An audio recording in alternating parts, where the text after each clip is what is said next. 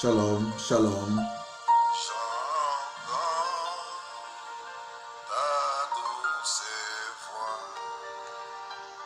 Que le Seigneur vous bénisse, que le Seigneur vous bénisse dans son immense amour.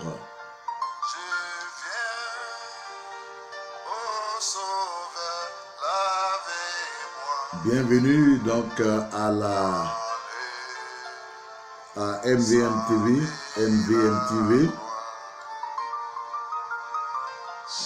dans le cadre de nos conférences bibliques.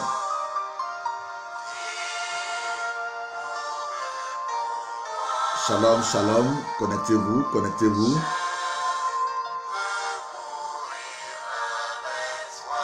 C'est une joie pour moi de vous retrouver. Merci pour votre fidélité.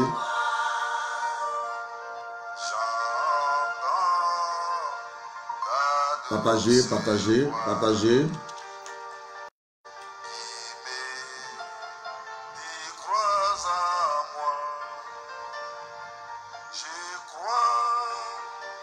Nous allons commencer tout à l'heure.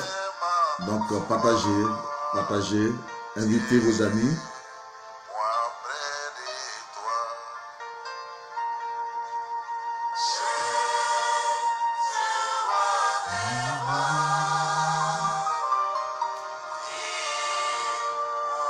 Voilà le chant que vous écoutez. Voici le CD.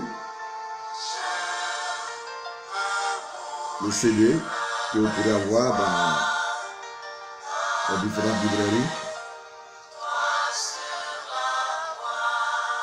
Les chants joyeux. Et puis un autre album, Victoire. Victoire. Et il y a un autre album encore qui est L'amour de Dieu. Ces trois albums, le Seigneur m'a permis de les faire à partir de 2010, quand il s'est révélé à moi et qu'il m'a demandé de prêcher sur son retour et de dire à tous que Jésus revient bientôt. Donc c'est depuis 2010 que j'ai ce mandat,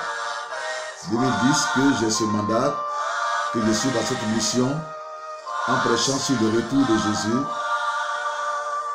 quand bien même j'ai un ministère de délivrance et de guérison. Amen. Voilà, donc vous pourrez les avoir dans les différentes librairies.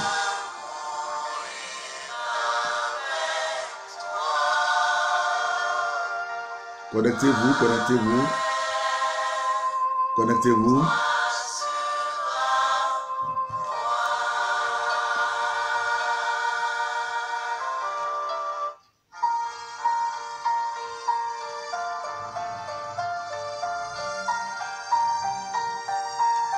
Merci d'être fidèle à nos conférences. Nous croyons que le Seigneur, dans sa grâce, nous fait du bien à nous tous, vous et moi. Les temps sont mauvais. Les temps sont mauvais. Et Jésus est notre seul refuge. Il est notre seul recours. Il est notre seul secours. C'est cela qui est la réalité.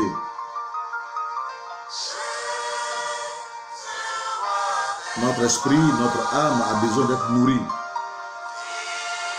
Et ce n'est pas avec la nourriture, le riz, la banane, les oranges et autres qu'on nourrit l'âme, mais c'est avec la parole de Dieu. Nous disons Amen. Donc connectez-vous, invitez, partagez, invitez vos amis, partagez.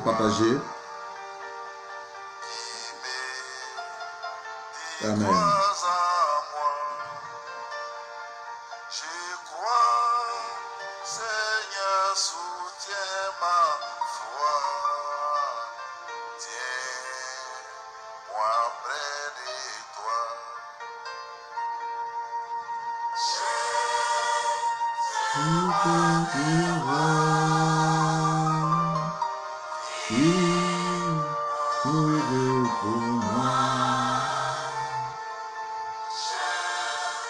veux mourir à l'espoir avec toi sur la croix.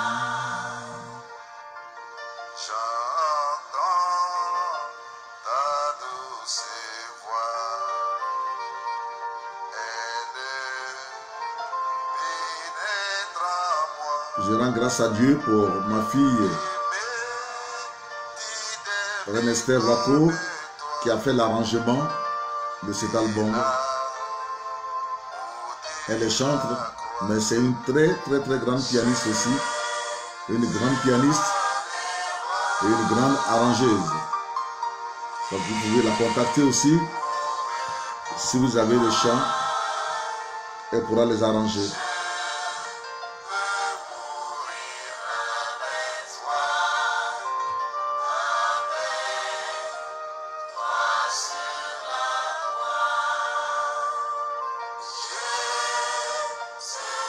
Gloire à Jésus, gloire à Jésus. Connectez-vous, connectez-vous.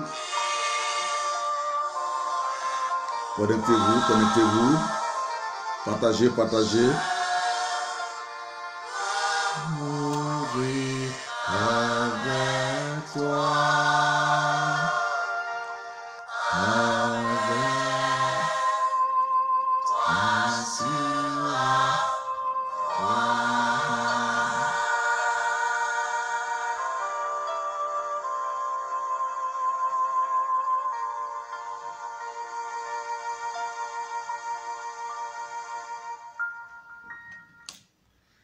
Gloire à Dieu. Comme je l'ai dit d'entrée, c'est une grande joie pour moi de vous retrouver afin que nous puissions ensemble écouter les oracles du Seigneur. La grâce et la paix du Seigneur abondent dans votre cœur, dans le nom de Jésus. Nous disons Amen. Amen. Prépare-toi à la rencontre de ton Seigneur. Prépare-toi à la rencontre de ton Seigneur. Bien-aimé, cette parole, si vous voulez, s'adresse à quiconque vit sur la terre. Vous voyez tous très bien que, évidemment, nous sommes des passages sur cette terre. Personne n'est né pour demeurer éternellement sur cette terre. Et nous devons donc être vigilants, c'est-à-dire que être en éveil, avoir l'esprit en éveil. Nous ne devons pas être dans un sommeil spirituel et voir les prophéties bibliques, les prophéties que Jésus a dites sur cette terre, sur certains événements qui allaient avoir lieu, s'accomplir à nos yeux, et puis nous sommes dans un sommeil spirituel. Non, nous devons refuser ce sommeil spirituel. Nous devons refuser, si tu veux, cette mort spirituelle dans laquelle l'ennemi nous plonge. On doit refuser ce sommeil spirituel dans lequel l'ennemi nous maintient. On doit refuser, si vous voulez bien, cette ivresse spirituelle dans laquelle l'ennemi nous tient, au point où nous ne sommes conscients, bien que nous soyons chrétiens, nous ne sommes conscients évidemment de tout ce qui se passe, et pourtant qui est en rapport avec les paroles que Jésus a dites, a prononcées dans les derniers jours de sa vie sur cette terre.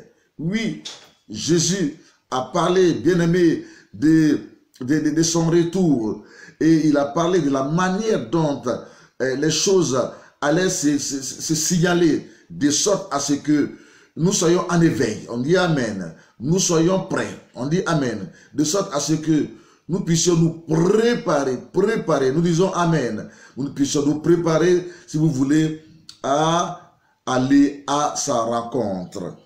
Aller à sa rencontre. Beaucoup de gens vivent sur cette terre et n'ont aucune idée dans la réalité de ce que Jésus a dit. Et il y a beaucoup aussi qui ont donné leur vie à Jésus, qui vont à l'église, qui sont bien zélés à l'église, mais si vous voulez, qui n'ont jamais entendu dans les détails, voyez-vous, le message sur l'enlèvement. Comment est-ce que l'enlèvement va se faire? Comment est-ce que nous devons nous préparer réellement au retour de Jésus? Ils ne savent pas, beaucoup vont à l'église, mais ils ne savent pas si Jésus reviendra. Et s'il revient, comment est-ce que son retour va se faire? Ils ne connaissent rien par rapport à l'enlèvement. Oh, ils connaissent les noms des démons. Oui, ils connaissent les noms des esprits mauvais. Ils chassent les esprits mauvais. Oui, ils ont l'autorité. Oui, sur les maladies. Ils ont l'autorité sur les situations, sur les circonstances. Mais peu de nos jours sont ceux qui prêchent sur ces grands événements, sur le retour de Jésus, pour amener le peuple de Dieu à être prêt pour ce grand retour. Pour ce grand retour. Nous allons lire 1 Thessaloniciens 4, verset 18, 4, verset 15 à 18. 1 Thessaloniciens 4, verset 15 à 18. Voici en effet ce que nous vous déclarons d'après la parole du Seigneur. Nous les vivants, restés pour l'avènement du Seigneur, nous ne dévancerons pas ceux qui sont morts. Car le Seigneur lui-même a un signal donné à la voix d'un archange et au son de la trompette de Dieu. Descendra du ciel et les morts en Christ ressusciteront premièrement. Ensuite, nous les vivants, qui seront restés, nous serons tous ensemble, enlevés avec eux sur des nuées, à la rencontre du Seigneur dans les airs. Et ainsi nous serons toujours avec le Seigneur. Consolez-vous donc les uns les autres par ces paroles.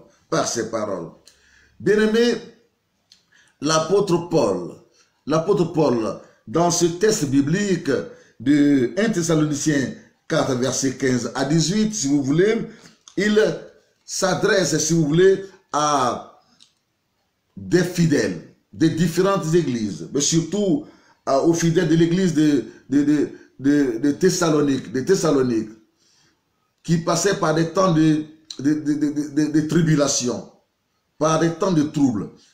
Beaucoup étaient découragés, beaucoup étaient dans la tristesse, beaucoup étaient dans le désarroi. Et c'est à cela que l'apôtre Paul leur envoie ce message, pour leur dire que ne soyez pas dans la tristesse. C'est vrai que vous traversez des épreuves, vous traversez des persécutions, vous traversez autant de difficultés sur cette terre, autant de problèmes, parce que vous avez donné votre vie à Jésus. Mais soyez dans la paix, que votre cœur soit dans la paix, et consolez-vous les uns les autres, parce que bientôt tout ceci va prendre fin.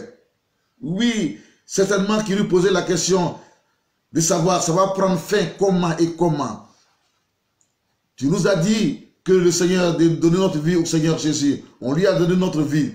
Mais il se trouve que les difficultés demeurent. Aujourd'hui, ça va. Demain, ça ne va pas. Alors, quelle est notre espérance? Quel est notre espoir? Nous devons nous attendre à quoi?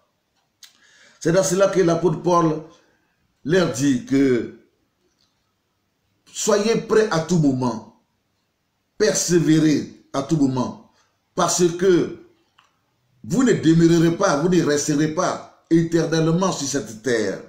Nous sommes donc des passages sur cette terre. Un jour viendra où, comme le Seigneur l'a promis, il reviendra pour prendre tous ceux qui seront prêts afin de partir au ciel avec eux pour qu'ils soient avec lui éternellement. Bien-aimés, aujourd'hui, nous voyons le coronavirus. Le coronavirus pratiquement qui est apparu. Et personne n'avait fait, si vous voulez, des prévisions. ni de prédictions par rapport à la venue du coronavirus. Beaucoup de prophètes que nous avons dans nos pays et dans ce monde, personne n'a vu, voyez-vous, cette tragédie venir. Personne. Personne ne l'a vu venir. Évidemment, ça a commencé en Chine, dans une certaine région de la Chine, dans une certaine ville, mais personne ne s'en occupait, personne ne s'en souciait, et on pensait que c'était seulement l'affaire des Chinois. Alors que cette affaire qui avait commencé là-bas devrait être une affaire mondiale. On n'a pas vu, évidemment, les prophètes avertir. On n'a pas vu les scientifiques avertir. Ça a surpris tout le monde, je voudrais dire. Ça a surpris tout le monde. Ça a surpris, allez-y voir, même les grands de ce monde, les riches de ce monde. Ça a surpris les chefs d'État. Ça a surpris les ministres. Ça a surpris les hommes politiques. Ça a surpris tout le monde. Au point où aucun chef d'État dans la réalité n'a pu préparer son peuple pour faire front, si vous voulez, à cette pandémie qui allait venir. Personne, évidemment, n'avait l'information. Je voudrais dire que personne ne savait que ça allait venir dans son pays, ça allait venir sur son territoire. Et il s'est trouvé que le coronavirus a progressé au fur et à mesure et ça détruit, et ça détruit, et ça détruit, et encore ça continue, puisque ce n'est pas encore fini. Vu que dans certains endroits, on parle encore d'une deuxième vague. Évidemment, tout le monde est en lutte par la prière, par les méthodes médicales, évidemment par les réunions que les hommes politiques font pour trouver une solution. Tout le monde, en ce moment-ci, est en lutte pour mettre fin à cette tragédie. Mais nous croyons que, bien aimés, c'est un signe.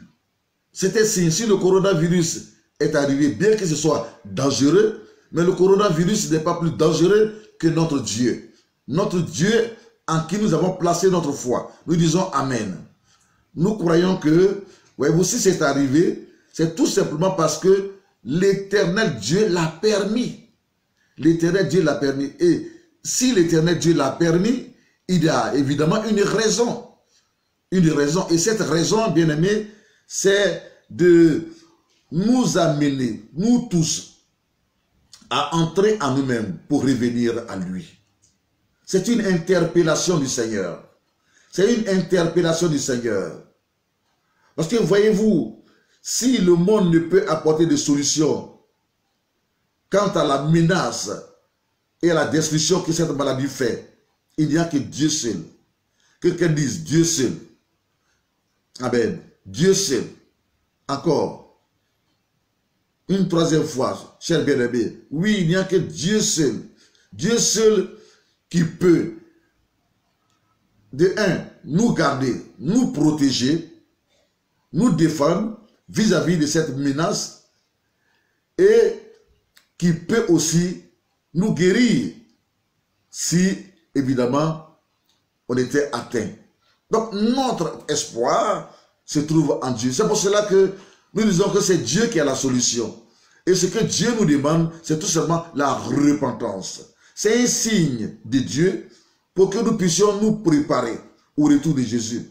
Le coronavirus est un élément que j'appelle un signe annonciateur qui sonne aussi une sorte de trompette spirituelle pour dire que peuple de la terre, Église du Seigneur, peuple de la terre, où que vous soyez, qui que vous soyez, préparez-vous à la rencontre de votre Seigneur parce que Jésus revient bientôt. Jésus revient bientôt.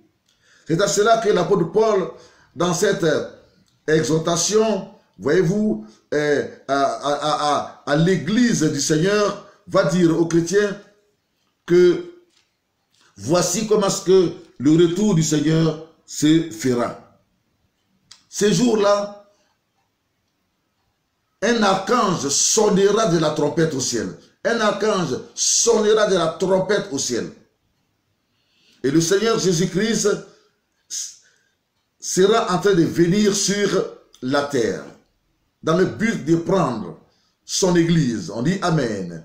Dans le but de prendre les chrétiens, hommes et femmes, excusez-moi, hommes et femmes, vieillards comme enfants. Évidemment, oui, qui ont cru en lui, qui ont marché dans ses voies, qui ont mis sa parole en pratique. Il viendra pour les prendre.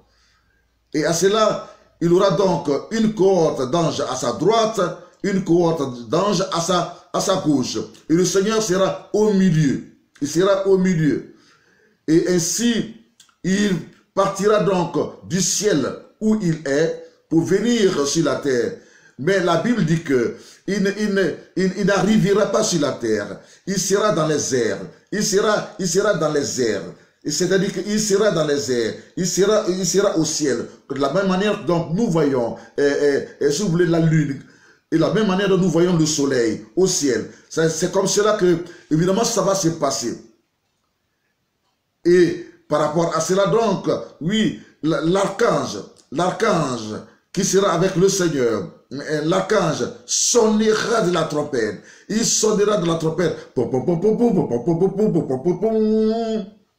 Considérons que ça serait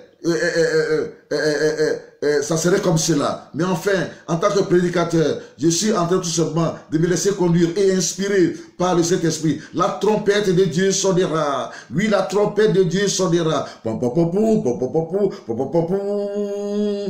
le monde entendra sur la terre. Tout le monde entendra sur la terre. Tout le monde entendra sur la terre. Jésus sera dans les airs, avec ses anges à droite et ses anges à gauche. Il ne mettrait pas les pieds sur la terre.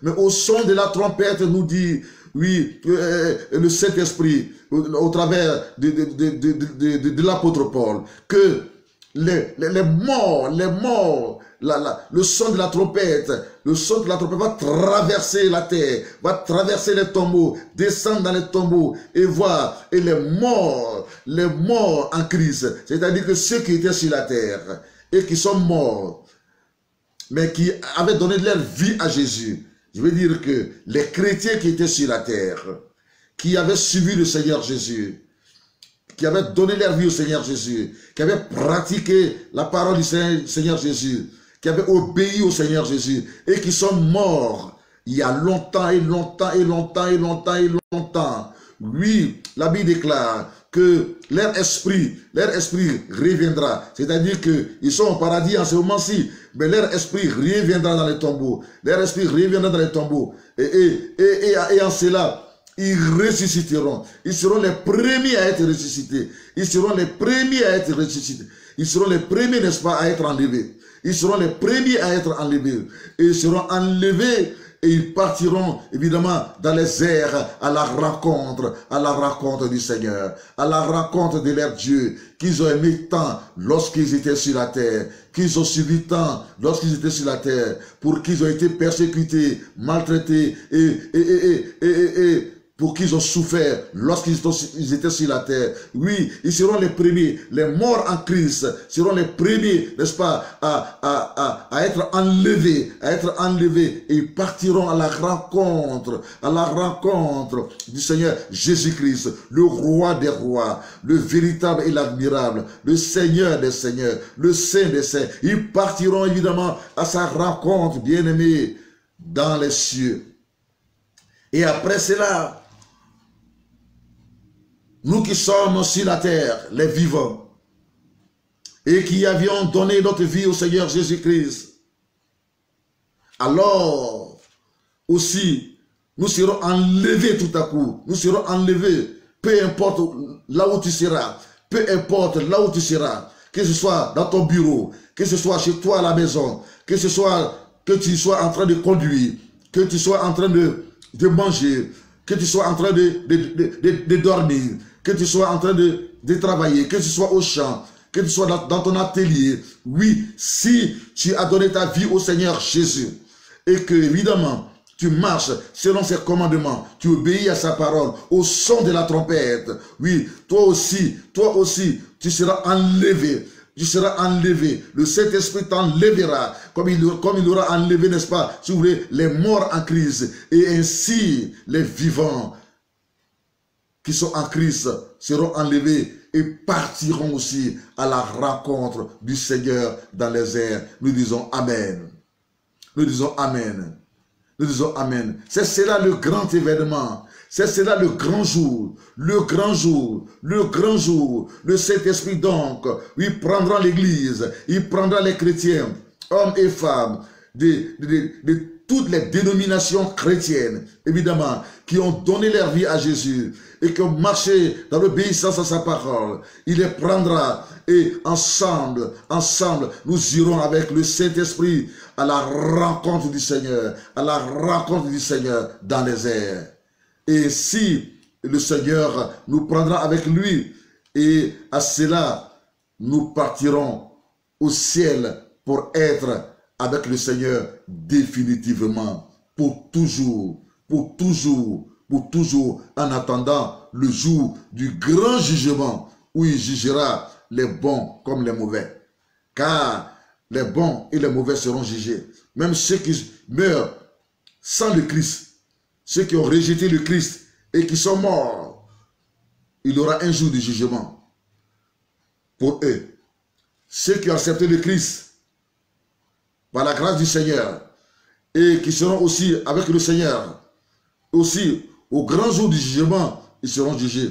Mais ça serait une autre conférence.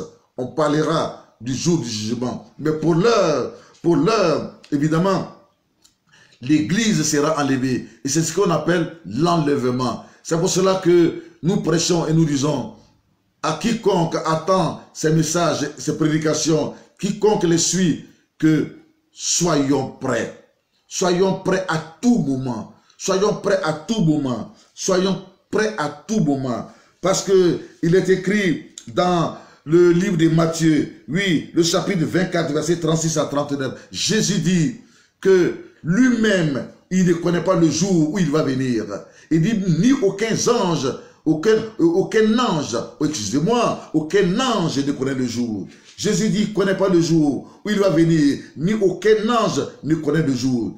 Jésus dit clairement dans sa parole que seul le Père connaît le jour. Donc c'est le Père qui décidera. Le jour que le Père donnera l'ordre, le jour que le Père autorisera au Seigneur Jésus de venir prendre l'Église, alors le Seigneur Jésus viendra pour prendre donc l'Église. Il viendra pour prendre les chrétiens, hommes et femmes qui ont donné leur vie à Jésus. Ça serait donc comme une surprise. C'est-à-dire que ça serait comme une surprise. La même manière dont, oui, personne ne le sait. Et pendant la nuit, au moment où tu es dans un sommeil profond, sans que tu le saches, un voleur vient et puis te surprend. Le Seigneur dit qu'il en sera comme cela. Il en sera comme cela. Car si c'est le propriétaire de la maison, évidemment, savait que le voleur allait venir, il allait prendre des précautions.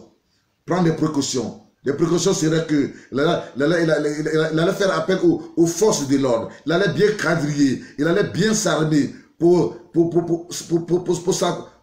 s'attendre afin, n'est-ce pas, de faire une riposte fatale, si vous voulez, au voleur. Il allait sinon se déplacer de sa maison pour aller ailleurs.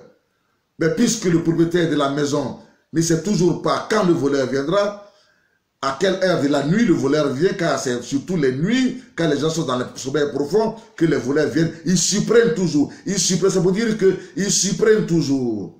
Ça veut dire que la venue du Seigneur va surprendre pas mal de personnes. Mais celui qui est en Christ et qui écoute la parole de Dieu, et qui se prépare à tout moment, et qui est prêt à tout moment, et qui marche toujours dans l'obéissance à la parole de Dieu, il ne sera pas surpris. C'est pour cela que cette histoire du coronavirus ne surprend pas le chrétien qui véritablement a donné sa vie à Jésus, qui lit la parole de Dieu, car la plus grande prophétie, c'est la parole de Dieu, s'il vous plaît. Jésus a déjà prophétisé sur ce genre d'événements, sur ce genre de signes qui allaient démontrer clairement que sa venue est proche. Nous disons Amen et nous disons Amen. Donc le chrétien bien-aimé qui a donné sa vie à Jésus, qui lit la parole du Seigneur, qui va à l'église, qui écoute la parole du Seigneur, le chrétien qui aime l'enseignement biblique, le chrétien qui médite la parole de Dieu, Le chrétien qui vit pour Christ, celui-là, il n'est pas surpris par tout ce qui se passe en rapport avec les différentes pandémies et épidémies, les différentes situations, les différentes tragédies qui arrivent sur la terre, bien-aimés. Donc le chrétien, évidemment, qui vit pour Christ, ne sera pas, évidemment, sera toujours prêt, et c'est pour que nous soyons toujours prêts que nous allons à l'église, car c'est la finalité de tout ce que nous faisons. La finalité, c'est quoi? C'est que nous voulons aller au ciel. Nous voulons être parmi tous ceux qui seront enlevés. Nous voulons être parmi tous ceux qui seront enlevés quand le Seigneur Jésus-Christ viendra. Oui, il y a l'enlèvement. Oui, il y a ces grands jours. Ça serait un grand événement. Ça serait un grand événement. Un très grand événement. Un grand événement. Tout le monde attendra de la trompette. La trompette. La trompette. Jésus ne viendra pas pour mettre les pieds sur la terre, comme il a fait lorsqu'il était déjà venu. Mais il sera dans les airs. Il sera dans les airs. Tout le monde le verra. Tout le monde saura qu'il y a un événement qui se passe dans les airs. Et tout le monde saura qu'il y a un événement qui se passe sur la terre. Tout le monde le verra. Les anges à sa droite. Il viendra dans sa gloire. Il viendra dans son règne. Dans sa gloire. Avec toute sa puissance. Et sa puissance. Et sa puissance. Pour enlever son église. Bien-aimé. Pour enlever son église. Bien-aimé. Veux-tu être enlevé? Bien-aimé. Veux-tu être enlevé? Veux-tu être parmi ceux qui seront enlevés? Lorsque le Seigneur Jésus-Christ reviendra pour prendre son église, si tu dis oui, moi aussi j'ai dit oui, et j'ai dit amen. Dans ce cas, prépare-toi à la rencontre de ton Seigneur. Préparons-nous à la rencontre de notre Seigneur. Prépare-toi à la rencontre de ton Seigneur. Voudrait dire que maintenant, arrête la vie du péché. Maintenant, arrête la vie du péché. Arrête la sorcellerie. Arrête de détruire l'église du Seigneur. Arrête de manger les hommes par ta sorcellerie. Arrête de vivre dans le vol. Arrête de vivre dans le péché du vol, dans le péché de l'adultère. Arrête de vivre dans le péché de l'ivrognerie. Arrête de vivre dans le péché de la bagarre. Arrête de vivre dans le péché de la colère. Arrête de vivre dans le péché de la jalousie. Arrête de vivre dans le péché de la haine, dans le péché des rancunes. La Bible dit que tous ceux qui commettent ce genre de choses n'iront pas au ciel. Ils n'iront pas au ciel.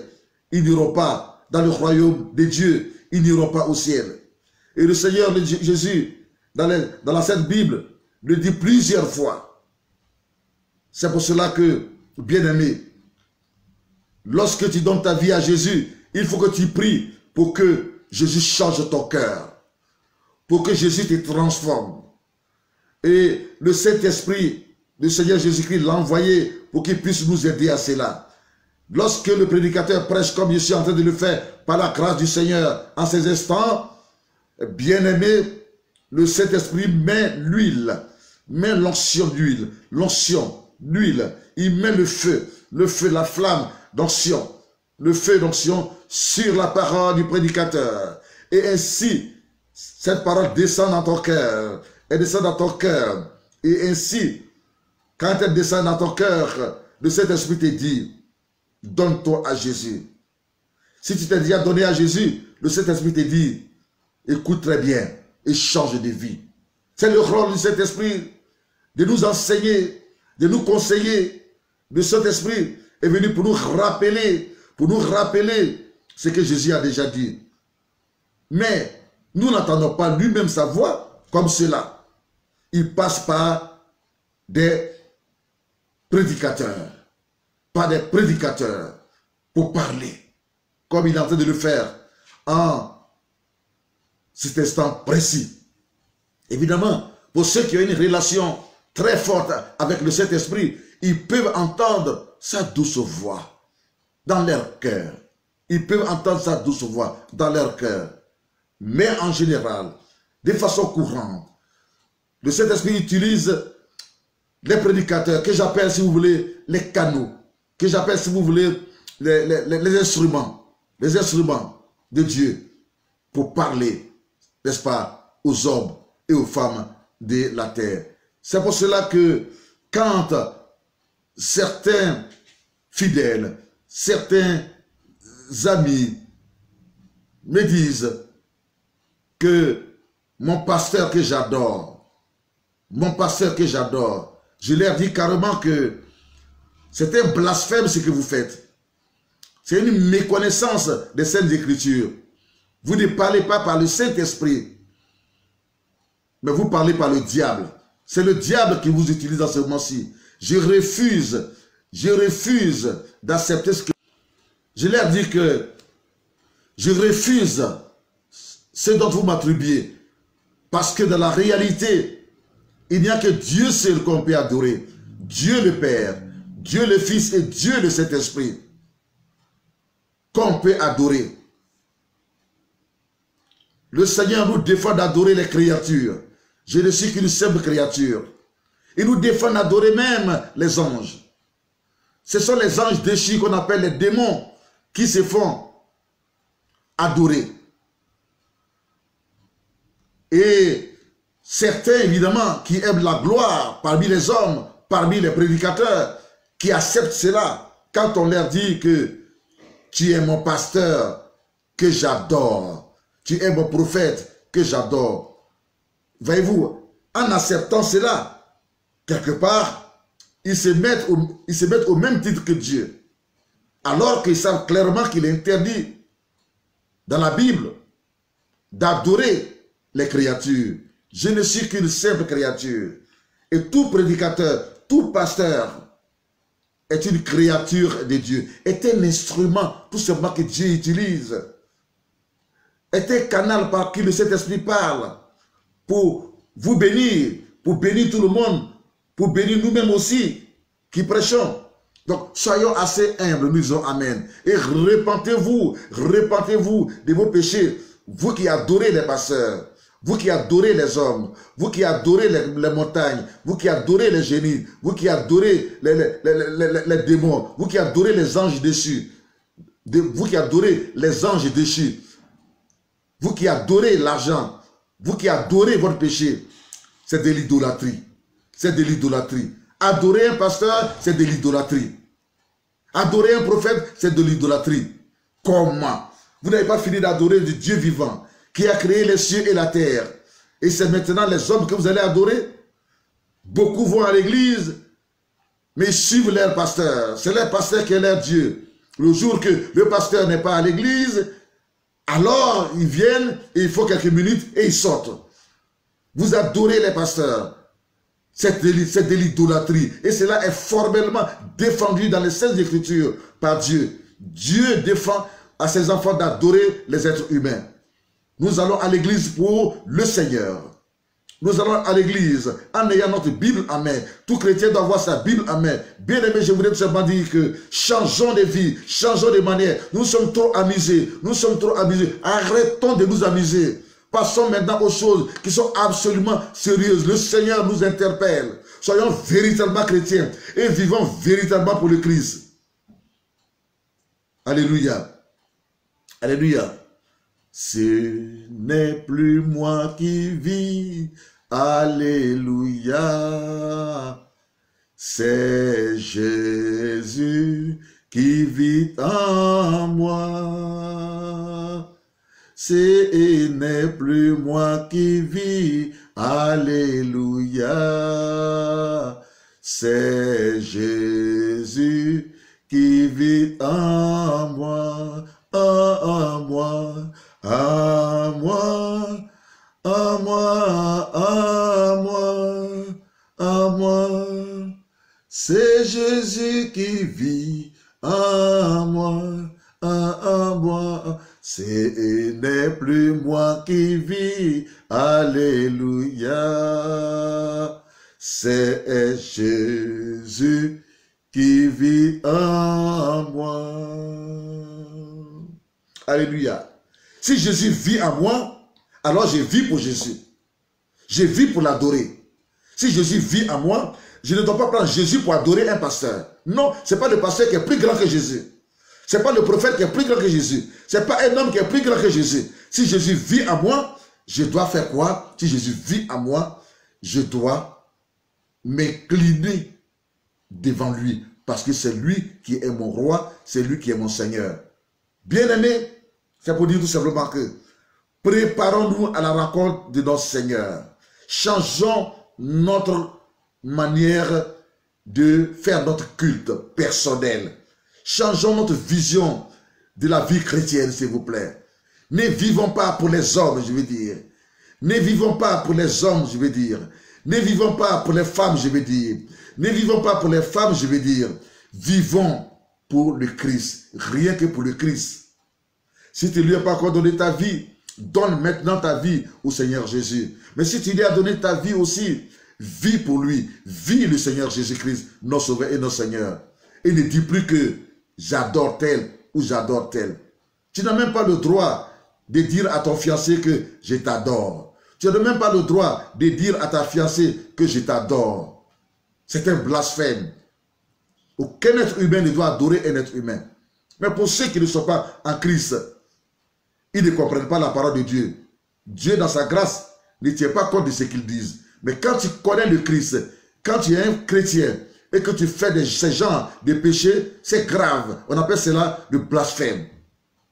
L'adoration donc ne revient que à Dieu, uniquement que à Dieu seul. Et nous disons Amen. C'était seulement une parenthèse. Mais en poursuivant, je voudrais tout simplement dire que ni le Père ne connaît le jour. Excusez-moi. Je voudrais tout simplement dire que ni le Fils ne connaît le jour, ni aucun ange ne connaît le jour, sauf le Père. Je dis bien sauf le Père qui connaît le jour. Et le jour qu'il aura décidé, alors Jésus viendra pour prendre son Église. Et nous voyons cela en Matthieu 24, versets 36 à 39. Matthieu 24, versets 36 à 39, que nous allons lire. Matthieu 24, versets 36 à 39.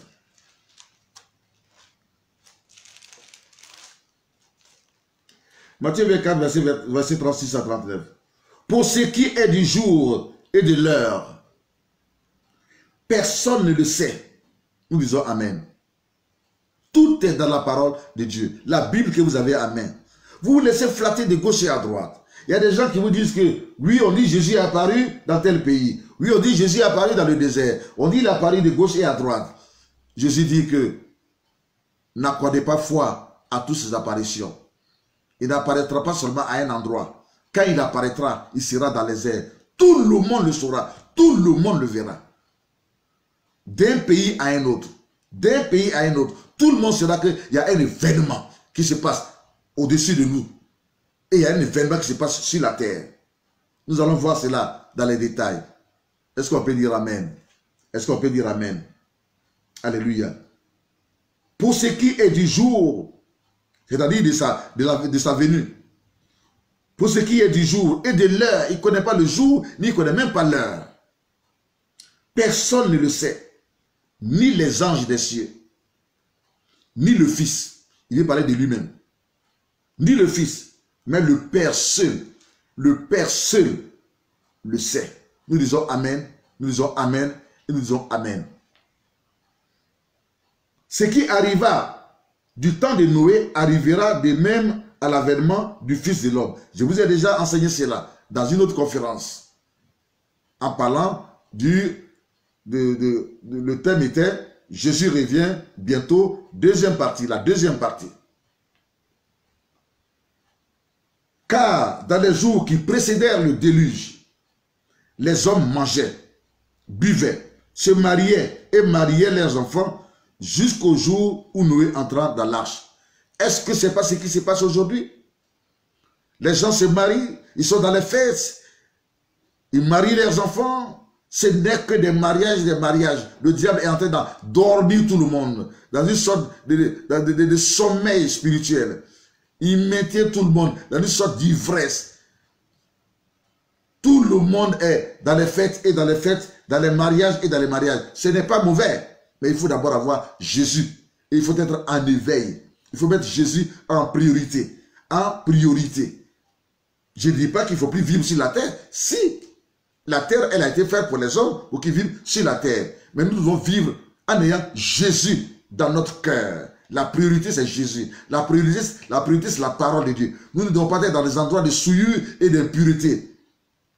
Nous devons fêter entre nous, évidemment, mais de manière sobre, dans la pureté et dans la sainteté, en nous éloignant de tout péché. Nous disons Amen. Et ils ne se doutèrent de rien jusqu'à ce que le déluge vint.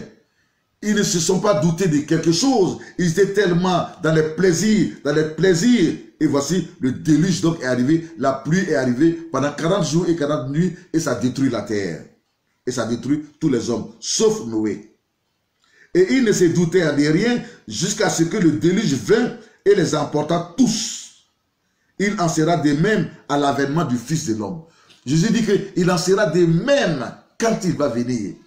Au moment où il va venir, beaucoup seront surpris, comme le coronavirus a surpris beaucoup d'hommes sur cette terre, a surpris même les grands, les chefs d'État sur cette terre. Ceux qui dirigent même les grands pays, tous ont été surpris. Est-ce que vous suivez? Le verset 40. Le verset 40. Non, le verset 39. Je reprends. Ils ne se doutèrent de rien jusqu'à ce que le déluge vint et les emporta tous. Et il en sera de même à l'avènement du Fils de l'homme. Alors, des deux hommes qui seront dans un champ, un sera pris et l'autre laissé. Quand Jésus viendra, qui sera dans les airs, et que l'ange sonnera de la trompette, l'archange sonnera de la trompette au son puissant, et que les morts en Christ vont être ressuscités. C'est-à-dire quand quelqu'un meurt aujourd'hui, qu'il est en Christ, il va dans les seins d'Abraham au paradis. Mais quand le Seigneur Jésus va revenir pour enlever l'église, alors leur esprit, ceux qui sont au paradis, reviendront encore dans le tombeau et à ce moment-là, il y aura, n'est-ce pas, l'enlèvement. Et c'est eux qui seront enlevés les premiers. Nous disons Amen. Et qui partiront à la rencontre du Seigneur. Et après cela maintenant, la trompette continuera toujours de sonner. Les vivants qui sont en Christ, ceux qui sont vivants, nous qui sommes vivants actuellement, qui sommes en Christ. Alléluia. Alors, deux personnes seront dans un champ, par exemple, un sera enlevé et l'autre sera pris. Jésus ne veut pas dire que c'est seulement un qui doit être enlevé, mais il veut dire seulement que si parmi ces deux, c'est un qui est en Christ, celui qui est en Christ, il disparaîtra devant son ami et l'autre restera sur la terre et l'autre le cherchera et ne le trouvera plus. Mais si les deux sont en Christ et qu'ils vivent et obéissent à la parole de Dieu, alors les deux seront enlevés. Nous disons Amen. Des deux femmes qui moudront à la meule, l'une sera prise et l'autre laissée. Deux femmes, considérons, qui seront dans la cuisine, en train de cuisiner, qui seront en train de piler le foutou, en train de piler le riz, par exemple. Une sera enlevée et une restera. Qu'est-ce que Jésus veut dire? Jésus veut dire que, par exemple, si c'est une qui a donné sa vie à Jésus et que l'autre a refusé de donner sa vie à Jésus quand elle était sur la terre ici, eh bien, c'est l'autre qui a donné sa vie à Jésus et qui marche dans la crainte de l'Éternel, qui sera tout à coup enlevée. C'est-à-dire elle disparaîtra. Et l'autre se verra seul en train de piler le foutou, en train de piler le riz, en train, n'est-ce pas, de faire la cuisine. Ça serait un événement sur toute la terre. Les gens disparaîtront. Les gens verront que leur frère a disparu. Leur tante a disparu. Leur oncle a disparu. Leur papa a disparu. Leur fils a disparu.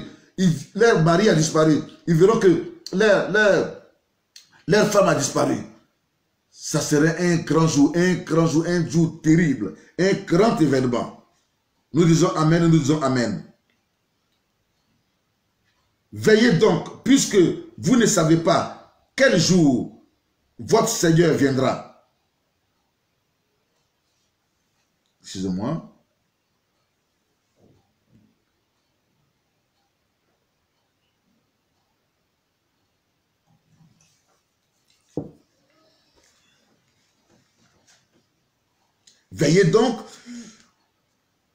Veillez donc, puisque vous ne savez pas quel jour votre Seigneur viendra. Sachez-le bien. Si le maître de la maison savait à quelle veille de la nuit le voleur doit venir, il veillerait et ne laisserait pas percer sa maison. C'est pourquoi vous aussi, tenez-vous prêts, car le Fils de l'homme viendra à l'heure où vous n'y penserez pas. Voici la réalité biblique.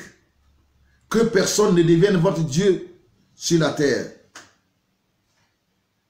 Que seul le Dieu de la Bible soit votre Dieu. Celui qui a créé le ciel et qui a créé la terre. Nous disons Amen. Voici ce qu'il dit. Je vais reprendre cela. Verset 43. Matthieu 24. Verset 42. Veillez donc, puisque vous ne savez pas quel jour votre Seigneur viendra. Le verset 43. Sachez-le bien, si le maître de la maison, c'est-à-dire le propriétaire de la maison, savait à quelle veille de la nuit le voleur doit venir, il veillerait et ne laisserait pas percer sa maison. Verset 44. C'est pourquoi vous aussi, tenez-vous prêts, car le Fils de l'homme, c'est-à-dire Jésus, viendra à l'heure où vous n'y penserez pas. Ça serait une surprise pour tout le monde. Pour tout le monde. Pour tout le monde. À cause de cela, pour ne pas être surpris, toi qui m'écoutes, donne ta vie à Jésus.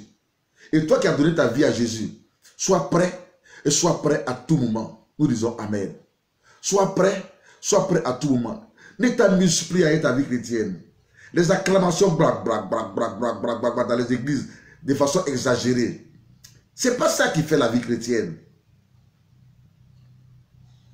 Les cris, les bruits, l'arrogance, la danse à tout moment dans les églises, tout ça c'est beau. Mais il faut être en Christ réellement. Il faut aller à l'église pour le Seigneur Jésus réellement. Il faut être vraiment converti.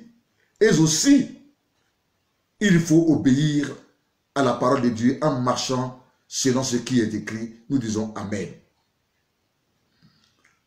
N'allons pas à l'église les dimanches parce que nous allons danser. N'allons pas à l'église les dimanches parce que nous allons voir notre pasteur. On va rencontrer notre pasteur. Moi, mon pasteur, hein? Moi, mon pasteur. Mais est-ce que tu peux aussi dire, moi, mon Dieu, moi, mon Jésus?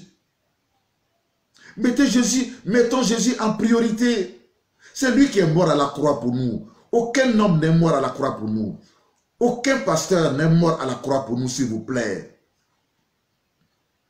Aucun prophète, aucun bishop, aucun archibishop, aucun révérend, aucun n'a payé le prix, n'est mort à la croix pour nous sauver. Je voudrais seulement dire, revenons à Jésus dans notre cœur. Réexaminons notre vie. Préparons-nous pour que nous soyons prêts à cette grande rencontre. Parce que ni le Fils lui-même, ni aucun ange, ni personne sur la terre, ni aucun pasteur ne connaît le jour de la venue du Seigneur Jésus, sauf le Père. Sauf le Père. Et c'est lui qui décidera. Comme on a été surpris par cette pandémie du Covid-19, bien-aimé, il en sera de même. Il en sera de même. Comme les gens au temps de Noé, évidemment, ont été surpris. Ils étaient dans l'ivresse des fêtes. Comme les gens au temps de Lot ont été surpris. La Bible dit qu'ils passaient le temps à construire et construire. Nous voyons cela en Luc 17, verset 34 à 36. Ils passaient le temps uniquement à construire et à construire. À construire et à construire. Et ils n'ont pas écouté les avertissements de Dieu. Ils passaient le temps aussi à se marier. Ce n'est pas mauvais de construire. Ce n'est pas mauvais, il faut construire. Mais en construisant, il faut toujours avoir à l'esprit Jésus qui doit être à la première place. Il faut aussi avoir un esprit, bien-aimé, le retour de Jésus. Il faut avoir un esprit que Jésus revient bientôt. Il faut avoir un esprit, le paradis, la nouvelle Jérusalem. Et c'est par rapport à cela que pendant que tu construis sur la terre, en même temps aussi, tu ranges ta vie, nous disons Amen. Tu mets ta vie en règle, nous disons Amen. Tu apprends à marcher sagement, à obéir à la parole de Dieu. Ainsi, l'argent ne pourra pas être ton maître. L'argent ne pourra pas t'enlever sur le droit chemin, sur le chemin de la Bible. Car Jésus est bien sûr le chemin, la vérité et la vie. Jean 14, verset 6. Ainsi, l'argent ne pourra pas t'amener à devenir orgueilleux, arrogant. L'argent ne pourra pas devenir ton maître. Si tu dis que Jésus est ton maître, et que l'argent te domine, et qu'à cause de l'argent, personne ne peut respirer chez toi à la maison, dans ton quartier, dans ta ville, dans ton village, dans l'église, personne ne peut respirer. Tu prends l'argent et tu vis dans le péché avec les sœurs de l'église. Tu prends l'argent et tu vis dans le péché, toi la sœur qui est riche, avec les jeunes de l'église. Vous vivez dans le péché, de la dépravation sexuelle, Chacun fait sa volonté, chacun fait ses propres lois. Vous arrachez les femmes de vos amis, vous arrachez les maris de vos amis. Bien-aimés, est-ce que tout ceci est biblique? Est-ce que c'est ce que Jésus nous dit dans sa sainte parole? Que chacun revienne en lui-même et examine réellement sa vie pour se préparer à tout moment au retour du Seigneur Jésus. Quand on est un enfant de Dieu et qu'on veut réellement se préparer au retour de Jésus, on ne vole pas les dîmes, on ne vole pas les offrandes, on ne vole pas dans le panier des offrandes, on ne mange pas l'argent de Dieu, on ne touche pas à l'argent de Dieu. Bien-aimé, mais on vit dans une vie de consécration réelle. Quand on est pasteur, on sait comment se conduire. Quand on n'est pas serviteur de Dieu, on sait comment marcher. Bien-aimé, il est important que chacun, fidèle comme pasteur, nous qui prêchons l'évangile, nous puissions revenir réellement à l'évangile qui sauve. L'évangile qui sauve. L'évangile qui sauve. Il n'y a rien sur cette terre. Nous sommes tous des passages. Chacun a une mission à accomplir. Ne soyons pas dans ce sommeil-là. La Bible nous fait comprendre en Matthieu 24. Matthieu 24. Que nous allons lire. Matthieu 24. À partir du verset... Non, Matthieu 25. Du verset 1 jusqu'au verset 13. 10 vierges, 10 femmes. Et c'est par là que je vais terminer. 10 femmes attendaient leur mari. Avant de partir en voyage, il a dit, attendez-moi, n'allez nulle part. Attendez-moi dans la maison. Mais je vais en voyage pour préparer une bonne place. Et je reviendrai pour vous chercher afin que vous soyez ensemble avec moi. Et c'est trouvé que, du coup, plus tard, je vais dire, On annonçait que l'époux était en train de venir. L'époux était en train de venir. Donc, l'époux a dit à ses 10 femmes de venir à sa rencontre. Lui n'allait plus arriver dans son ancienne maison, mais de venir à sa rencontre. Et c'est à cela que, comme il était nuit, les 10 femmes, 5 ont pris leurs lampes, mais elles ont pris aussi un peu d'huile, c'est-à-dire un peu de pétrole en réserve. Les 5 autres ont pris leurs lampes et ont rempli leurs lampes et n'ont pas pris de l'huile en réserve, n'ont pas pris du pétrole en réserve. À l'époque où Jésus dit ceci, c'est avec l'huile, ce n'était pas avec du pétrole, c'était avec de l'huile qu'on allumait donc les lampes, comme dans les réservoirs, les lampes, nous disons Amen. Et elles ont commencé donc à courir, à la rencontre de leur époux, à la rencontre de leur époux bien-aimé. Il se trouvait que, à un certain moment, elles étaient fatiguées au cours de la nuit. Au cours de la nuit. Mais en partant, bien sûr, il se trouvait que la trompette au milieu de la nuit a sonné, la trompette a sonné, enfin, la voix pour dire que, attention, l'époux est là. L'époux est là. Vous étiez découragé, vous dormez, mais il est là. Vous avez fait assez d'efforts, vous avez fait une partie de la route, mais il est là.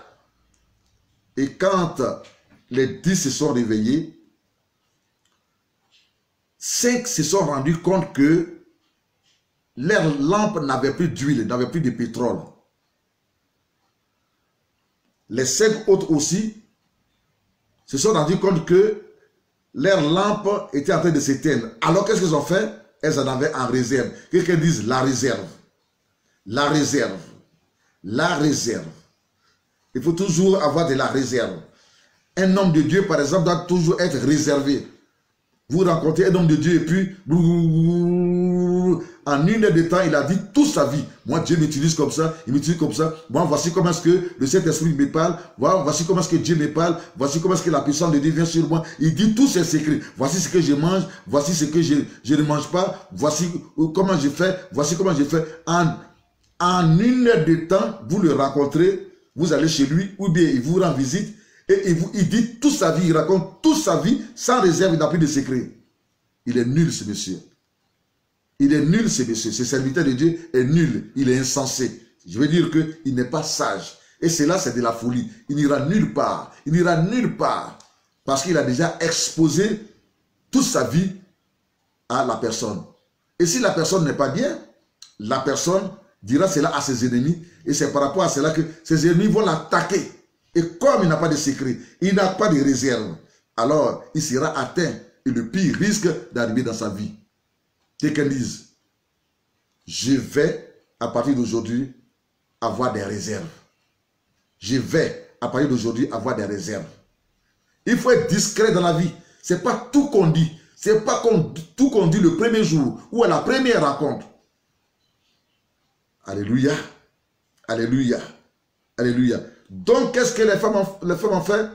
Elles ont sorti donc les réserves et puis les 5 autres ont mis de l'huile dans leurs lampes. Pendant que les autres, évidemment, leurs lampes étaient en train de s'éteindre et les lampes s'étaient éteintes. Alors, les 5 autres ont dit, donnez-nous un peu de votre huile pour que nous puissions en mettre dans nos lampes car nos lampes s'éteignent. Elles ont dit non. On nous a dit que l'époux arrive, mais nous, on doit aller à sa rencontre. On doit aller à sa rencontre. Donc, le chemin est encore long, certainement. Si on vous donne un peu de notre huile, c'est-à-dire de notre pétrole, mais on n'en aura pas assez pour arriver. Oh, il faut que nous voyons clair. Nous voyons clair. Nous soyons éclairés pour voir la route. On dit Amen. Nous soyons éclairés. Nous soyons éclairés. Nous soyons éclairés pour voir la route. On dit Amen. Et c'est dans cela que elle leur a dit, alors dans ce cas, retournez pour acheter de l'huile dans les boutiques, si vous voulez retourner au village. Et pendant qu'elles étaient sur le chemin de retour pour aller acheter l'huile et le pétrole, les autres avançaient, les 5 autres avançaient, et tout à coup net, la voix retentit, voici l'époux. Et l'époux, quand il est arrivé, il a trouvé que les 5 qui sont venus à sa rencontre Et il les a pris et il est parti dans sa belle maison, dans son beau pays, avec ses 5 vierges. Nous disons Amen.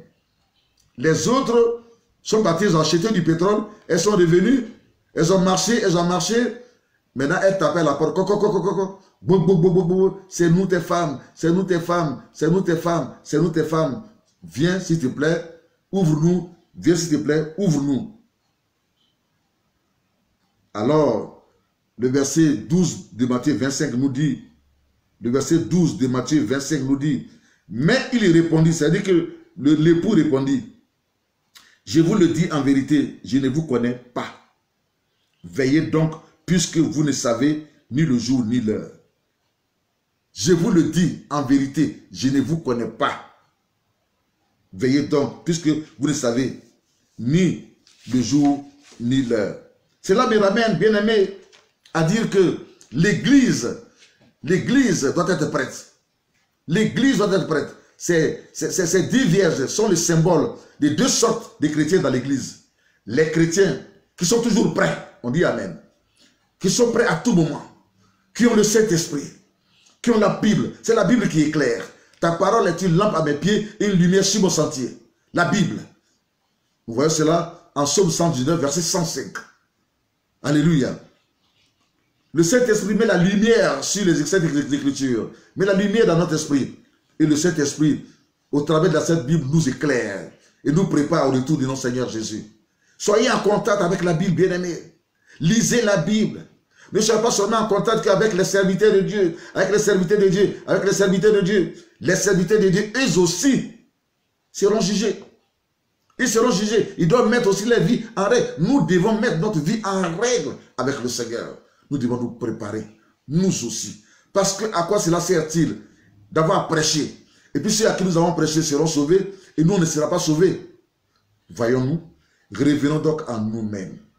Arrêtons de faire trop d'arrogance et trop de bruit pour rien. Mais nourrissons notre être intérieur qui est notre esprit. De sorte à ce que quand le Seigneur Jésus va venir, nous puissions aussi aller avec lui.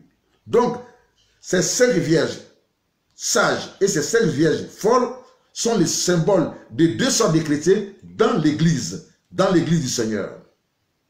Dans l'église du Seigneur, il y a ceux qui marchent selon la volonté de Dieu et qui sont éclairés par la parole de Dieu, qui sont éclairés par le Saint-Esprit, qui sont toujours remplis du Saint-Esprit. Remplis du Saint-Esprit, c'est l'huile, c'est le pétrole qui est là, rempli du Saint-Esprit, rempli du Saint-Esprit. Et quand tu es rempli du Saint-Esprit, le Saint-Esprit va te conduire à lire la Bible, à bien marcher, Quand tu es rempli de l'onction, l'onction va te conduire à vivre dans la sanctification, dans la sainteté, dans la pureté. L'onction va te conduire à la méditation de la parole de Dieu.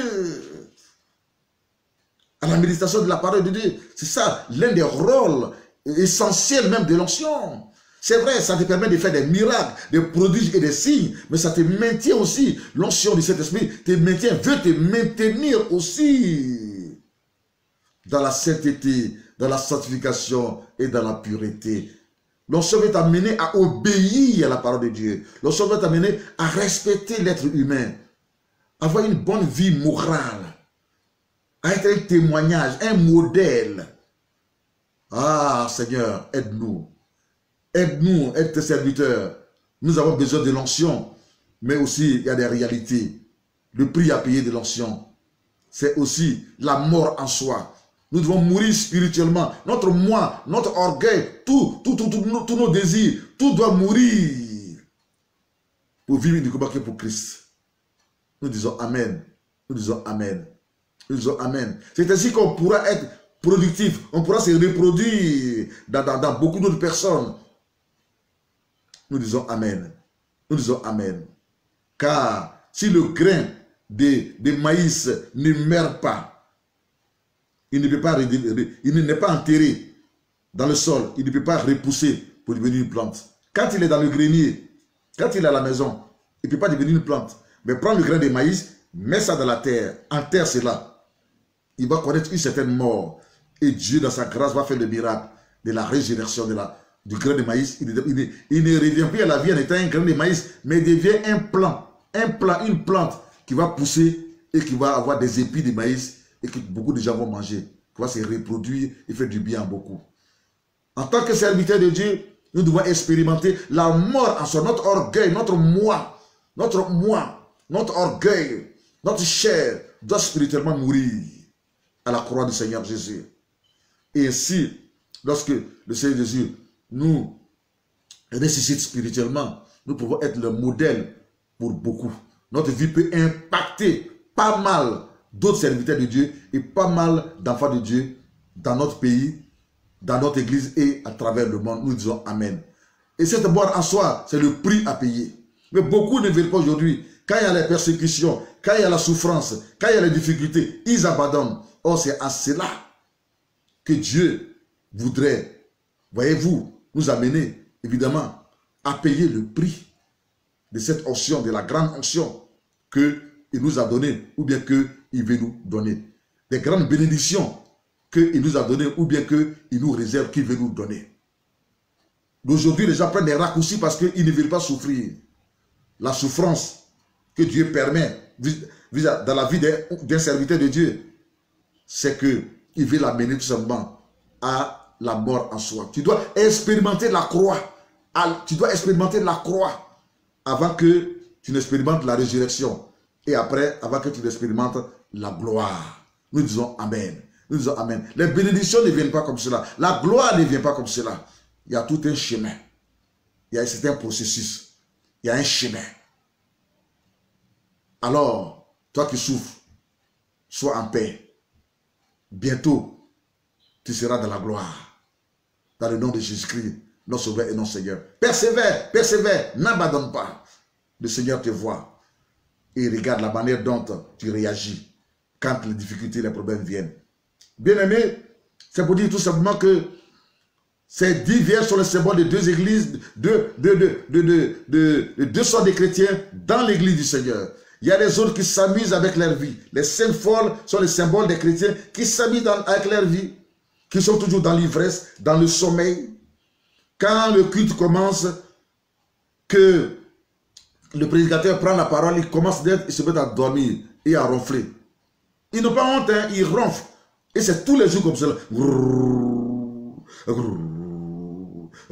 Comme si on allumait un caterpillar. Qu'on allumait un caterpillar. Et ça dérange tout le monde. Et ce sommeil-là, ça voit la lourdeur. Et ceux qui sont auprès d'eux, eux aussi commencent à dormir. Ils commencent à somnoler. Et on commence à dormir. Bien-aimé, il est important de sortir de ce sommeil-là. De sortir de ce sommeil-là. Alors que ceux-là, quand ça chantait, quand ça louait le Seigneur, ils acclamaient, ils dansaient. C'est-à-dire qu'ils vivent une vie charnelle. Exhibition de la chair. Exaltation de la chair. Donc, voyez-vous, ils sont absolument remplis de la chair. Ils vivent une vie charnelle. Pas seulement au dehors, mais même dans l'église. Oui, dans l'église. C'est facile de connaître un chrétien qui est vraiment spirituel. Un chrétien qui est en éveil. Un chrétien vraiment qui obéit à la parole de Dieu. Un chrétien qui est véritablement zélé en esprit. Et un chrétien qui est zélé dans la chair. Un chrétien qui est zélé dans les choses de la chair. Et un chrétien qui est rempli de la chair. Et un chrétien qui marche dans la chair. Faisons attention. La parabole des 10 vierges, elle est très éloquente. Et c'est le Seigneur Jésus qui donne tous ses enseignements. Il a donné tous les enseignements avant de partir. Il faut que, bien-aimé, tu fasses de sorte à ce qu'il y ait de l'huile dans ta lampe. Il y a de l'huile dans ta lampe. De l'huile dans ta lampe voudrait dire pour qu'il y ait le Saint-Esprit dans ta vie. La parole de Dieu dans ta vie. Alors tu seras rempli. Alors tu connaîtras la plénitude. La plénitude. Tu seras éclairé. Quand tu parles, tu cites les passages bibliques. Quand tu pries, tu cites les passages bibliques. Oui, on sait que tu es en communion avec Dieu. Et cette communion avec Dieu amène la crainte de Dieu en toi. Prie pour avoir la crainte de Dieu. Prie pour marcher selon la parole de Dieu. Prie pour devenir obéissant. Ne marche pas dans l'entêtement. Ne sois pas têtu. Ne résiste pas aux prédications, aux enseignements et à ce que tu lis, à ce que le Saint-Esprit te dit quand tu lis la Bible. Ne résiste pas à cela. Aie un cœur obéissant. Quelqu'un dise l'obéissance. 3 fois. L'obéissance vaut mieux que les sacrifices. Tu acclames le Seigneur. Tu chantes, tu sautes. Oui. Tu pries, ainsi de suite. C'est bien. Mais tout ceci sont des sacrifices. Au finish, Ce que Dieu attend de toi, c'est l'obéissance. Tu payes bien tes dîmes, gloire à Dieu. Tu payes bien tes offrandes, gloire à Dieu. Tu fais des semences. Oui, tu aimes Dieu, c'est bien. Mais obéis. Car Jésus dit, si vous m'aimez, obéissez à mes commandements. Si vous m'aimez, obéissez à mes commandements. Celui qui aime Dieu doit obéir aux commandements de Dieu. Jean 14, verset 15. Ça, ce sont des versets bibliques que on nous a appris quand nous étions à l'école du dimanche. À l'école du dimanche en tant qu'enfant. En tant qu'enfant. Qu'on nous a appris lorsque nous étions à l'école du dimanche. Jean 14, verset 15. Si vous m'aimez, gardez mes commandements. Oui, tu aimes Dieu. Nous disons Amen. Tu aimes Dieu. On dit encore Amen. Tu aimes Dieu. Nous disons Amen. Mais si tu l'aimes, obéis à sa parole. Ne fais pas ta propre volonté, n'obéis pas à ta propre volonté, ne mets pas ta volonté devant la volonté de Dieu. Ce qu'il condamne, ne fais pas cela. Nous disons Amen. Nous disons Amen. Que le Seigneur nous aide, nous tous. Nous aide, nous tous.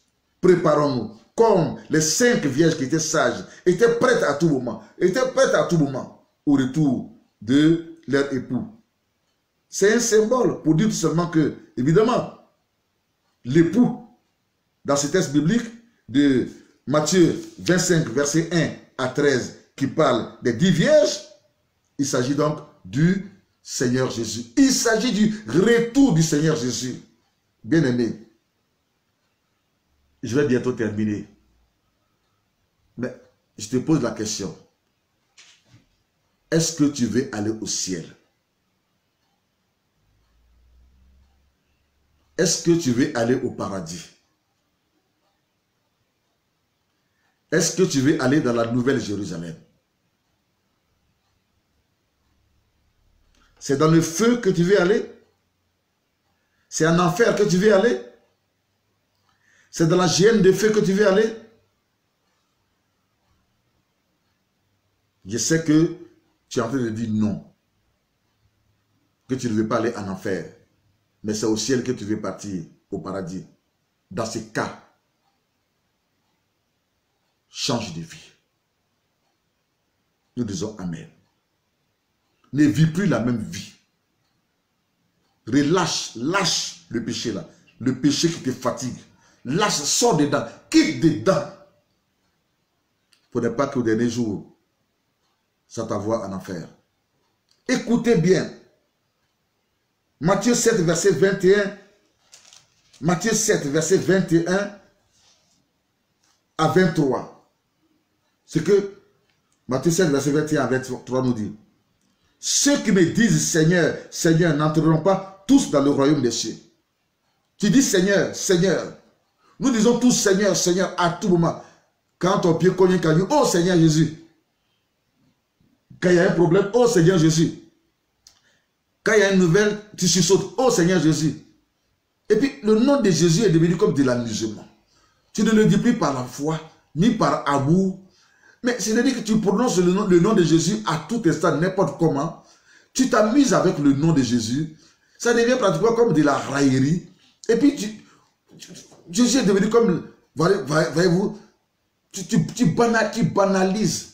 Mais si tu ne vois pas l'importance du nom de Jésus, la valeur, et que tu dévalorises le nom de Jésus, et que tu utilises ça n'importe comment toi tu peux marcher dans sa crainte? Arrêtons tout ça. Arrêtons tout ça. Devenons vrais. Devenons sérieux. Devenons sérieux, je vous en prie. Devenons sérieux. Arrêtons de nous amuser. Jésus parle ici même aux serviteurs de Dieu et à tout le monde. Pour dire, ceux qui me disent Seigneur, Seigneur, n'entreront pas tous dans le royaume des cieux. Mais celui-là seul qui fait la volonté de mon Père qui est dans les cieux. Celui-là seul qui fait quoi? La volonté de Dieu. Pas ta volonté. Pas la volonté d'un pasteur. La volonté d'un pasteur, si ce n'est pas dans la Bible, ce n'est pas normal de suivre cela. Si ce n'est pas dans la Bible. Nous ne sommes pas à l'église pour faire la volonté d'un pasteur, mais pour faire la volonté de Dieu que le pasteur nous révèle. Donc tout ce que le pasteur dit doit avoir des appuis bibliques, des bases bibliques, des soutiens bibliques. On dit Amen. Et c'est à cela que ça voit les bons résultats, c'est-à-dire que les bénédictions. Le verset 22 de Matthieu 7. Matthieu 7, verset 22 maintenant. Plusieurs me diront en ces jours-là, Seigneur, n'avons-nous pas prophétisé à ton nom? Tu es prophète. Nous sommes prophètes. Nous sommes les serviteurs de Dieu. Aujourd'hui, c'est les prophéties. De gauche et à droite. On ne dort plus à cause des prophéties. Des prophéties même qui vont même contre la parole de Dieu. Des prophéties mensongères, des prophéties imaginaires, beaucoup de prophéties qui divisent même les foyers, qui divisent les parents. Des gens ont prophétisé, et puis des hommes sont allés, il y en a qui ont brûlé les parents, parce que les prophéties ont dit qu'ils sont des sorciers. Il y en a qui ont enterré vivants les parents. Il y en a qui ont frappé les parents, les enterrés vivants, les coupé la tête, parce que les prophéties ont dit qu'ils sont des sorciers, que c'est eux qui leur font du mal, c'est eux qui leur font ci, et voir. Des fausses prophéties. Des fausses prophéties. Quelles sont les prophéties qui conduisent à la séparation? Quelles sont les prophéties qui conduisent, n'est-ce pas, à faire du mal? Quelles sont les prophéties qui révoltent les uns contre les autres? Ça ne vient pas de Dieu. L'origine n'est pas Dieu. Au contraire, le véritable sorcier, c'est toi. Toi qui allais enterrer ton père vivant. Toi qui allais frapper ta mère. Soit disant qu'elle est sorcière. Mais prie, gêne, mets ta mère devant Dieu, mets ton père devant Dieu. S'ils sont des sorciers, prie et gêne, mets-les devant Dieu. Dieu les frappera. S'ils sont réellement sorciers, Dieu les frappera. Notre combat, il est spirituel. Il n'est pas charnel, il n'est pas physique.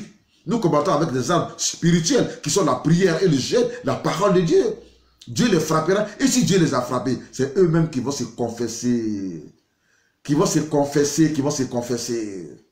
Et ainsi, s'ils se confessent, amenez-les au Seigneur. Faites la prière de repentance. Maintenant, s'ils ne veulent pas faire la prière de repentance pour se donner à Jésus, ça c'est leur problème. C'est eux qui vont mourir dans leur péché. Parce que quand Dieu t'a frappé, il faut que tu avoues et en même temps aussi, tu parviennes à la conversion en donnant ta vie à Jésus. Sinon, tu vas mourir. Laissez l'Éternel Dieu nous venger et faire notre combat. Nous disons Amen. Nous disons Amen. Donc, plusieurs me diront en ces jours-là, Seigneur, Seigneur, n'avons-nous pas prophétisé par ton nom? N'avons-nous pas chassé des démons par ton nom? Et n'avons-nous pas fait beaucoup de miracles par ton nom? Ceux-mêmes qui ont reçu, qui chassent les démons, ceux-mêmes qui prient les malades, qui font des miracles, des grands miracles et des grands miracles. Jésus dit, si tu n'obéis pas à sa parole, alors il te dira, retire-toi de moi, je ne te connais pas, je ne t'ai jamais connu. Toi qui vivais dans le péché. Donc tu utilisais donc le nom de Jésus pour t'enrichir, pour te faire connaître, pour te rendre populaire. Tu utilisais le nom de Jésus, voyez-vous, pour faire ton affaire personnelle. Mais dans la réalité, tu n'obéissais pas à sa parole. Donc ce que Dieu nous demande, ce ne sont pas les sacrifices. Ce ne sont pas les œuvres, mais c'est la foi. Et notre foi doit nous conduire donc à obéir à la parole de Dieu. À obéir à la parole de Dieu. Le verset 23, voici la réponse du Seigneur Jésus. Alors je leur dirai ouvertement, je ne vous ai jamais connu. Je ne vous ai jamais connu. Ah, tu vas prêcher, tu vas faire des miracles, tu vas prophétiser. Beaucoup de prophètes aujourd'hui ne prêchent pas la parole de Dieu. Et les gens sont là, puis dessus, il n'y a que des bruits, il n'y a que des bruits. Ils font des veillées, de minuit jusqu'à 6 h du matin. Il ne faut que prophétiser. Mais qu'est-ce que ça veut dire tout ceci? Sans la parole de Dieu, sans prêcher, il ne faut que prophétiser. Prophétiser et prophétiser. Comme si c'était des communiants, comme si c'était des féticheurs. Parce que dans les villages, quand les féticheurs, le jour qu'ils vont danser, les féticheurs, les femmes féticheuses ou les hommes féticheurs qui font les combien, au clair de lune, le jour qu'ils vont danser. Mais quand ils apparaissent, mais il ne faut que donner des messages sur les gens, ils appellent les gens, ils donnent des messages pendant tout le temps. Non, nous sommes des prédicateurs de la Bible avant tout. Nous sommes des prédicateurs de l'évangile avant tout. Et un prophète qui ne sait pas prêcher, qui ne peut pas annoncer la parole de Dieu, qui ne peut pas prêcher la Bible et qui passe son temps à sa veillée, à donner que des messages, prophéties. S'ils sont 1000 personnes, va les donner des prophéties, honnêtement, je ne sais pas d'où vient son inspiration. Honnêtement, je ne sais pas qui est son inspirateur. Honnêtement, je ne sais pas qui est sa source d'inspiration. Questions et questions et plusieurs questions à se poser. Revenez à Jésus, revenez à la parole, on dit Amen. Revenez à l'enseignement biblique, revenez tout simplement à la parole. Nous disons Amen. Alors je reprends. Alors je leur dirai, c'est le Seigneur Jésus qui parle. Alors je leur dirai ouvertement, je ne vous ai jamais connu. Retirez-vous de moi, vous qui commettez l'iniquité. Jésus dit, c'est pour cela, quiconque entend ces paroles que je dis et les met en pratique sera semblable à un homme prudent qui bâtit sa maison sur le roc. Baptisons notre maison. Notre maison, c'est quoi? Notre vie. On dit Amen. Sur le roc. Le roc, c'est qui? C'est Jésus. Le roc, c'est qui? C'est la parole de Dieu. Jésus est la parole. Notre maison, c'est qui? C'est nous-mêmes. Notre maison, c'est qui? C'est nous-mêmes, notre vie chrétienne. Alléluia. Baptisons aussi la vie, nous les prédicateurs, de ceux qui ont donné leur vie au Seigneur Jésus-Christ sur Jésus et non sur nous-mêmes. Ne bâtissons pas la vie des gens sur nous-mêmes. Pour que les gens dépendent, les chrétiens dépendent uniquement que de nous. Non, enseignons-leur toute la vérité pour qu'ils dépendent de Jésus, ils dépendent de Dieu, pour que leur vie, voyez-vous, leur relation soit étroite avec Dieu, sans passer par nous. Nous ne sommes que des prédicateurs, nous ne sommes que des conseillers, nous ne sommes que des dirigeants, nous ne sommes que des guides. Nous sommes là seulement pour les encadrer avec amour.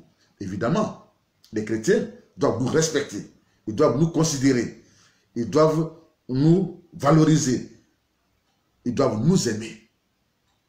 Mais ce que je veux tout simplement dire, c'est que laissons donc les chrétiens grandir et avoir la maturité. Voyez-vous, laissons-les grandir pour avoir la maturité. Et encourageons-les donc à lire la parole de Dieu. Encourageons-les donc à prier et à chercher Dieu. Encourageons-les à aller, à trouver Dieu. Encourageons-les à être prêts, à être prêts pour le retour imminent de notre Sauveur et de notre Seigneur Jésus. Donc, ça concerne et les païens, ce message, ça concerne et les païens, et ceux qui n'ont pas donné encore leur vie à Jésus, ça concerne, je m'excuse, et les chrétiens, ceux qui ont donné leur vie à Jésus, et ça concerne aussi les serviteurs de Dieu, quelle que soit l'onction qu'ils ont. Ce que Jésus nous demande, c'est l'obéissance. Car l'onction nous a été donnée. Et ce n'est pas nous qui faisons les miracles. Dieu nous a donné des dons. Donc quand nous nous mettons à prier, ce sont ces dons-là du Saint-Esprit qui agissent et qui guérissent. Ce n'est pas nous qui guérissons. Si quelqu'un vous dit qu'il guérit, c'est un menteur. Si un prédicateur ou un prophète vous dit qu'il guérit, c'est un menteur. Nous ne faisons que prier, nous ne faisons que prêcher, et le Saint-Esprit, au travers des dons qu'il nous a donnés, aussitôt net, il les relâche. Au travers de nous, ça passe par nous, et ça descend sur les vies, et les vies sont guéries. Qui les guérit donc? Est-ce que c'est nous? Non. C'est le Saint-Esprit qui les guérit. Pour la seule gloire du Seigneur Jésus. C'est Jésus qui est mort à la croix. Et à la croix, il a pris nos péchés, il a pris nos maladies, nos malédictions, il a pris nos souffrances, nos malheurs, pour qu'en son nom, si nous déclarons son nom, nous proclamons son nom, nous prions sur la base de son nom, au nom de Jésus-Christ, les malades reçoivent les guérisons, les enfants de Dieu reçoivent leurs miracles. Es-tu prêt pour ce grand événement? Veux-tu faire partie de ceux qui seront enlevés quand le Seigneur Jésus-Christ viendra? Veux-tu faire partie de ceux qui seront enlevés? Parce que si tu ne fais pas partie de ceux qui seront enlevés, ceux qui seront sur la terre, comme le Saint-Esprit ne sera plus sur la terre, ceux qui vont rester sur la terre, quand Jésus va venir pour prendre son église, le Saint-Esprit va prendre les chrétiens et aller au ciel avec eux. Comme le Saint-Esprit ne sera plus sur la terre, le diable va détruire. Il va détruire les hommes. Il va détruire les hommes. Ça serait la souffrance. Une grande souffrance. Ça serait cruel. Une grande souffrance. Ça serait vraiment la cruauté. La cruauté. Le mal à outrance. C'est ce que tu veux, si elle est bien aimée. que le Seigneur nous aide tous, toi qui m'écoutes et moi-même, à nous réexaminer pour être prêts au retour de Jésus. Si, après avoir entendu cette parole, tu veux donner ta vie au Seigneur Jésus-Christ, lève tes deux mains là où tu es. Lève tes deux mains et ferme tout simplement les yeux. Et répète après moi cette prière. Si tu veux donner ta vie à Jésus et aller à l'église maintenant. Seigneur Jésus, je viens d'attendre ta parole. Je viens à toi tel que je suis. Parce que je ne veux pas aller, Seigneur, en enfer. Je vais aller au paradis. Je veux faire partie de ceux que tu vas enlever quand tu viendras prendre ton église. À cause de cela, je te demande de pardonner tous mes péchés, car je suis un pécheur. Pardonne-moi au moyen de ton sang qui est versé à la croix. Lave-moi et purifie-moi, Seigneur. Aujourd'hui, je t'accepte comme mon sauveur et mon Seigneur personnel. Jésus, je te prie de venir dans ma vie. Prends la première place dans mon cœur. Que ta lumière m'éclaire. Donne-moi le Saint-Esprit et que ton Esprit Saint m'apprenne à te prier. Me donne le courage et la force d'aller à l'église, à lire ta parole qui est la Bible. Que ton Esprit Saint me transforme complètement la vie. Seigneur, je te remercie. C'est au nom de Jésus que je t'ai prié, Seigneur. Amen. Ayez toujours les yeux fermés, je vais prier pour vous. Seigneur, je te recommande toutes ces personnes, quel que soit leur endroit, la ville ou le pays dans lequel ils se trouvent. Tu les connais. Ils viennent de se donner à toi. Je te prie, Seigneur, de les accepter dans ta grâce, de pardonner tous les péchés, de faire de ces personnes de nouvelles créatures. Que par ton Esprit Saint, tu les éclaires et que tu les apprennes à marcher avec toi dans la droiture et dans l'obéissance. En cette nuit, je te prie, Seigneur, de te révéler à eux. En cette nuit, je te prie, Seigneur, de te révéler à eux dans leur sommeil, dans leurs rêves. Parle à chacun. Dans le nom précieux de Jésus-Christ, notre Sauveur et notre Seigneur. Je prends ton fils, je prends ta fille qui t'a donné sa vie et je la remets dans tes saintes mains. Merci, Père. Donne la victoire sur le péché et donne la victoire sur toutes les situations qui auront tendance, Seigneur Dieu Tout-Puissant, à l'empêcher de te suivre. Donne la victoire complète sur l'ennemi. C'est au nom de Jésus que je t'ai prié. Amen. Amen.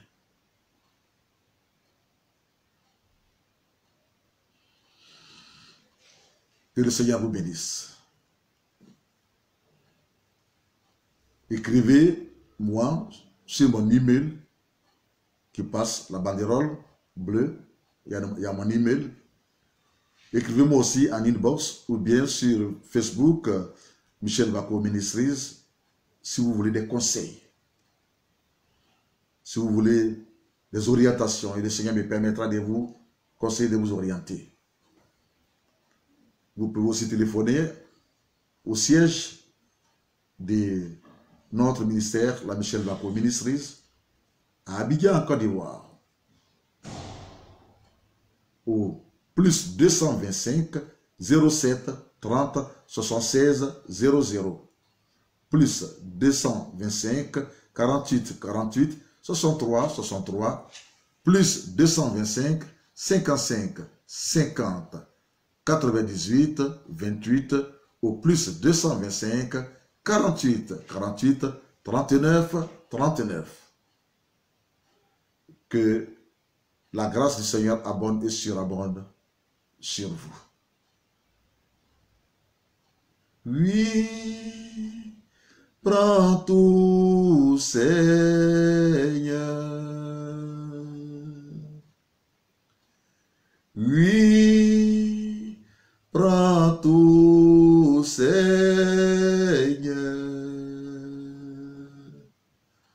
Entre tes mains, j'abandonne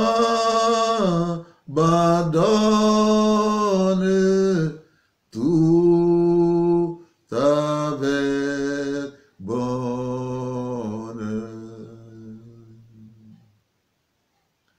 Entre tes mains, j'abandonne tout ce que j'appelle le mien.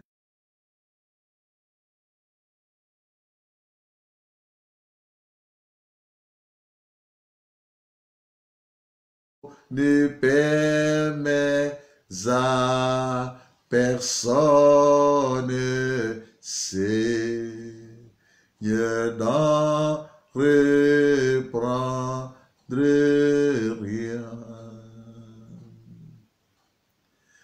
Oui, prends tout, Seigneur.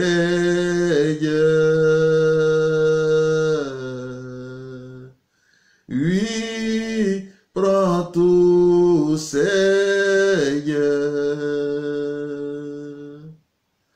Entre tes mains, j'abandonne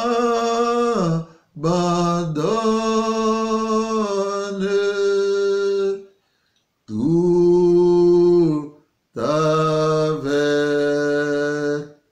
bonheur.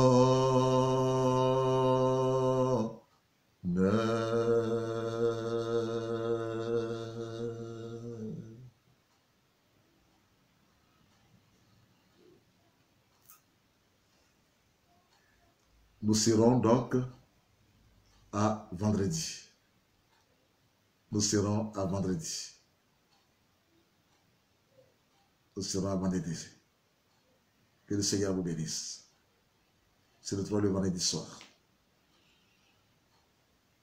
Amen.